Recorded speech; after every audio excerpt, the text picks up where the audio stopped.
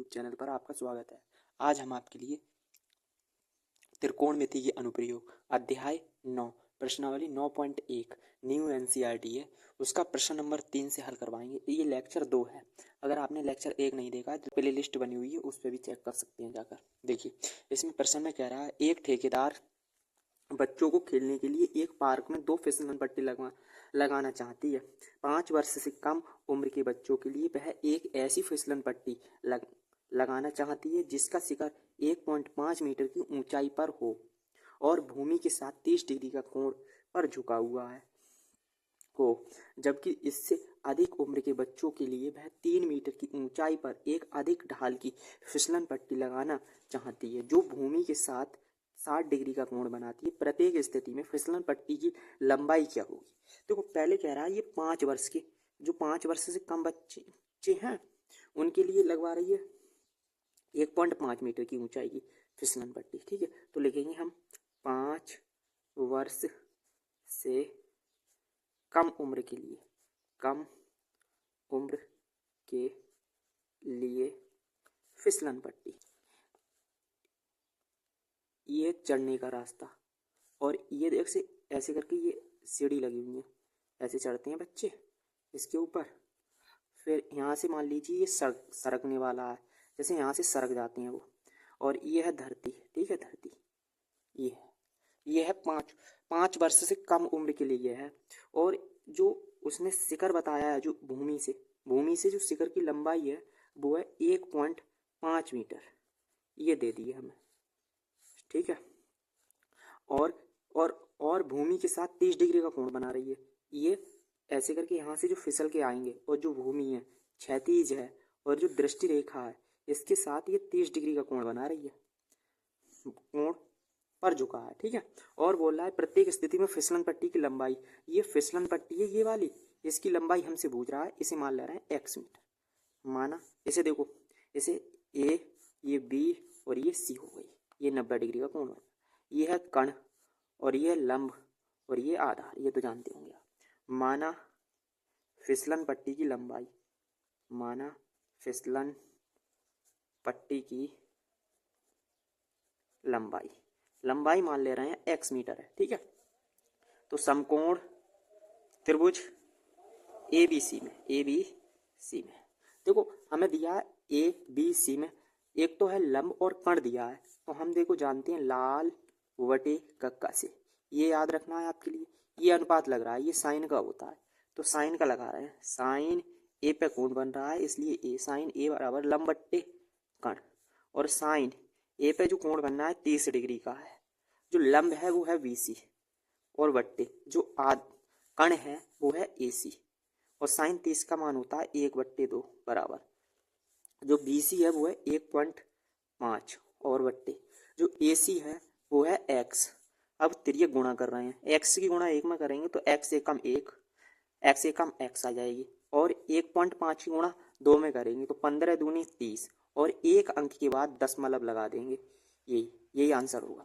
फिसलन पट्टी की जो लंबाई होगी अतः जो फिसलन पट्टी की लंबाई, फिसलन पट्टी की लंबाई होगी वो होगी 3 मीटर है। ठीक है, और ये 5 वर्ष से कम उम्र के बच्चों के लिए है। अब देखिए 5 वर्ष से जो अधिक बच्चे हैं उसके लिए, 5 वर्ष से अधिक बच्चों के लिए, अधिक उम्र के बच्चों के लिए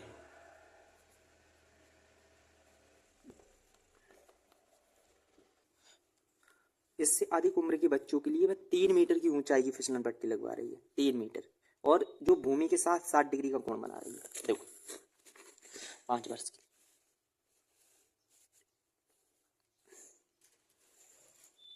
ये A है, ये B है, ये C है, यहाँ से बच्चे चढ़ते हैं। ठीक है, चढ़ने वाला है और यहाँ से उतरते हैं, ये सीढ़ियाँ ये है। देखो ये उसने कहा 3 मीटर है, 3 मीटर, और ये वाली पूछ रहा है, इसे मान ले रहा है x मीटर, और जो कोण बन रहा है वो है 60 डिग्री का। ठीक है, ये क्या दे दिया है, ये हमने मान लिया। माना फिसलन पट्टी की लंबाई, माना फिसलन पट्टी की जो लंबाई होगी वो x मीटर मानी हमने। समकोण त्रिभुज ABC में ले रहे हैं, ठीक है। तो हो जाएगा साइन ए का अनुपात लग रहा है, साइन ए बराबर लंब बट्टे कण।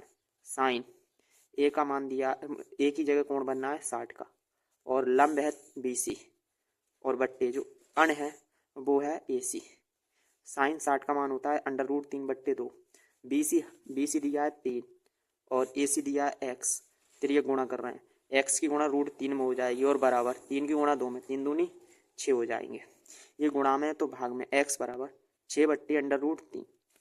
तो यहाँ देखिए x बराबर 6/√3, हर का परिमीकरण कर रहे हैं, √3 से गुणा कर रहे हैं और √3 से भाग कर रहे हैं, तो x बराबर 6√3 हो जाएगा। और ये √3 की गुणा होगी तो 3 बन जाएगा, 3 दूनी 6, ये कट जाएगा, तो x बराबर 2√3 होगी। अतः जो फिसलन पट्टी की लंबाई होगी, फिसलन पट्टी की लंबाई होगी वो होगी 2√3 मीटर है, 3 मीटर। यही आपका आंसर होगा। √3 का मान भी लगा सकते हैं। अगर वीडियो पसंद आ रही हो तो वीडियो को लाइक, चैनल को सब्सक्राइब करें। अब देखिए चौथा प्रश्न, इसमें कह रहा है भूमि के एक बिंदु से जो मीनार के पाद बिंदु से 30 मीटर की दूरी पर है और मीनार के शिखर का उन्नयन कोण 30 डिग्री है, तो मीनार की ऊंचाई बताइए।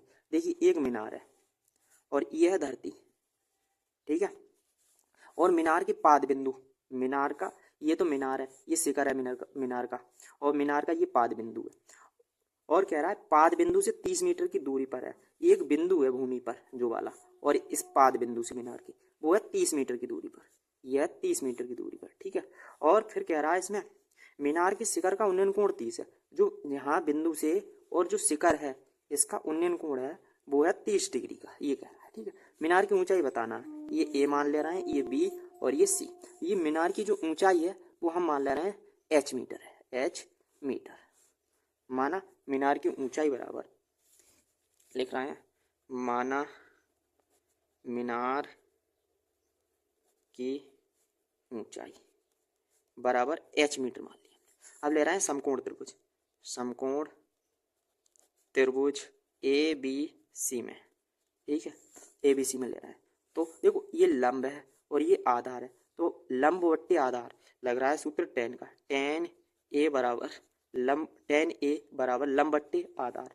tan A की जगह लगाना है 30 डिग्री और बराबर लंब है BC और बट्टे जो आधार है वो है AB।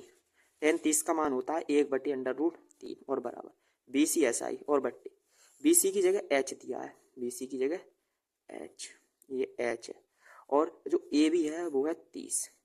फिर ये गुणा कर रहे हैं तो H की गुणा √3 में हो रही है बराबर 30 की गुणा 1 में, 30 एकम 30, ठीक है, यहाँ कर रहे हैं।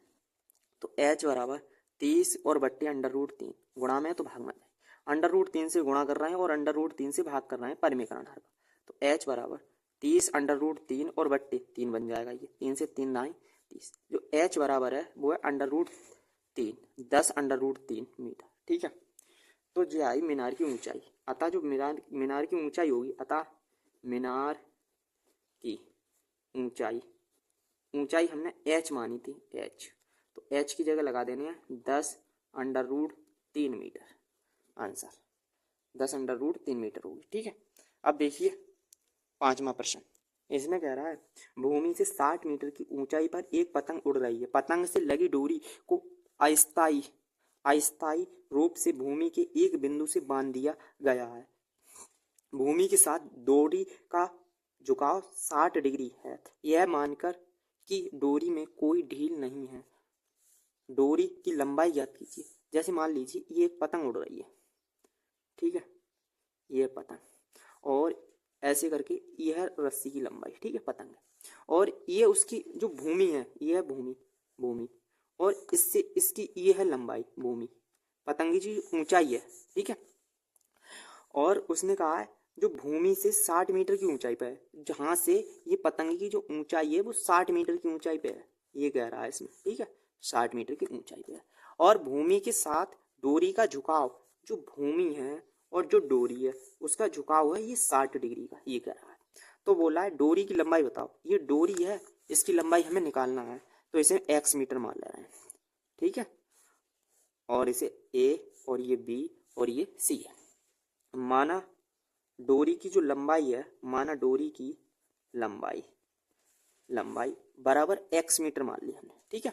अब हम ले रहे हैं समकोण त्रिभुज, समकोण त्रिभुज ABC में, देखो ये लंब है और ये कर्ण है, तो लंबवट्टी कर्ण लग रहा है, तो साइन का अनुपात लग रहा है, साइन A बराबर लंबवट्टी कर्ण, और साइन A की जगह लगाना है 60 डिग्री, 60 डिग्री, A की जगह 60 डिग्री, और लंब है BC, और बट्टे जो आधा लंब जो कर्ण है वो है AC। साइन 60 का मान होता है √3/2 बराबर जो BC है, BC वो है 60 और बट्टे जो AC है वो है x। फिर ये गुणा कर रहे हैं, तो x की गुणा √3 में हो रही है और बराबर 60 की गुणा 2 में करेंगे तो 120, ये गुणा में है तो भाग में, 120/√3 परिमेयकरण कर रहे हैं, √3 से गुणा कर रहे हैं, √3 से भाग कर रहे हैं, तो x बराबर 120/√3 और बट्टे ये √3 और √3 की गुणा करेंगे तो 3 से कट जाएगा 40 बार में, 3 चौक 12, तो x बराबर 40/√3 आ गया। और हमसे जो डोरी की लंबाई निकलवा रहा था यही है डोरी की लंबाई, अतः करके लिख दो, अतः डोरी की लंबाई 40/√3 मीटर होगी, यही आपका आंसर होगा। नेक्स्ट लेक्चर में हम आपके लिए इसके प्रश्न करवाएंगे, ठीक है।